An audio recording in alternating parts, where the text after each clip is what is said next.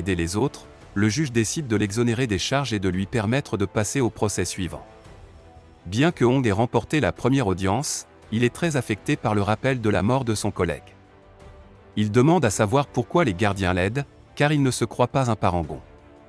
Il s'avère que les gardiens ont leurs propres agendas, car ils ont conclu un accord avec le roi de l'enfer qui s'appelle Yomra.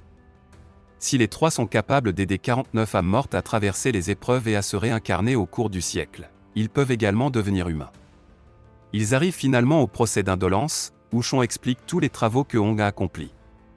L'homme n'a jamais été paresseux tout au long de sa vie et a toujours aidé les autres, peu importe où il allait. Cela signifie même renverser une ruche et soumettre toute son équipe à de terribles piqûres, ou sauver un chat grincheux au bord d'un immeuble et casser la Lamborghini du propriétaire avec sa tête. La juge a été tellement émue par les contributions de Hong qu'elle a ordonné au procureur de construire immédiatement une statue en l'honneur du parangon. Cependant, lorsqu'elle a demandé pourquoi l'homme voulait vivre sa vie si pleinement, Hong a répondu que la raison était simplement pour l'argent.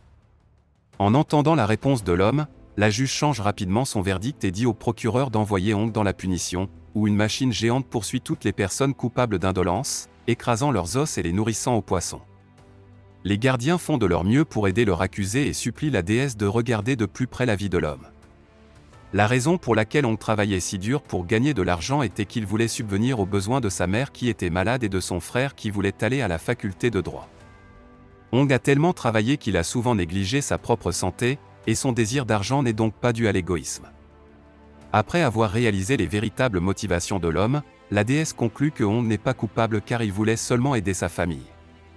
Le groupe monte rapidement à bord du bateau qui les emmènera à l'endroit suivant, mais avant de pouvoir célébrer, ils remarquent qu'ils sont poursuivis par